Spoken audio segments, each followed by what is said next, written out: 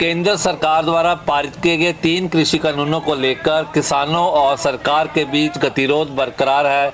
इसके चलते डावाली में आज किसानों ने एक बड़ी ट्रैक्टर रैली निकाली, जिसमें सैकड़ों किसान ट्रैक्टरों पर सवार होकर आम लोगों से अपील करते नजर आए। उन्होंने कहा कि यह लड़ाई केवल किसान की लड़ाई नहीं है, यह एक दुकानदार की, एक मजदूर की, एक आम लोगों की लड़ाई है, जिसमें आम लोग भी किसान का साथ दें। उन्होंने कहा कि अब किसान 26 जनवरी को परेड में ट्रैक्टर मार्च करेंगे और इस ट्रैक्टर मार्च में बड़ी संख्या में डावली हलके से लोग दिल्ली पहुंचेंगे और सरकार की नींद उड़ा देंगे।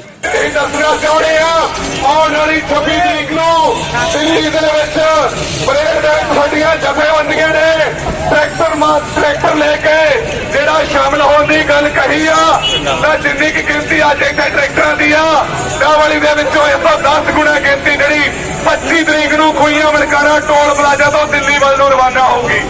इस अवसर पर किसान नेता शिवराज सिंह ने कहा कि सरकार समय रहते 3 काले कानूनों को वापस ले।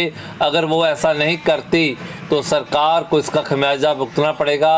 उन्होंने कहा कि अगर देश के प्रधानमंत्री जिद्दी हैं तो किसान उससे भी ज़्यादा अड़ियल है। जब तक सरकार किसानों की मांगों को नहीं मानती तब तक किसान आंदोलन जारी रहेगा। उन्होंने कहा कि सरकार को 26 जनवरी को दिखा देंगे कि देश का किसान क्या कर सकता है।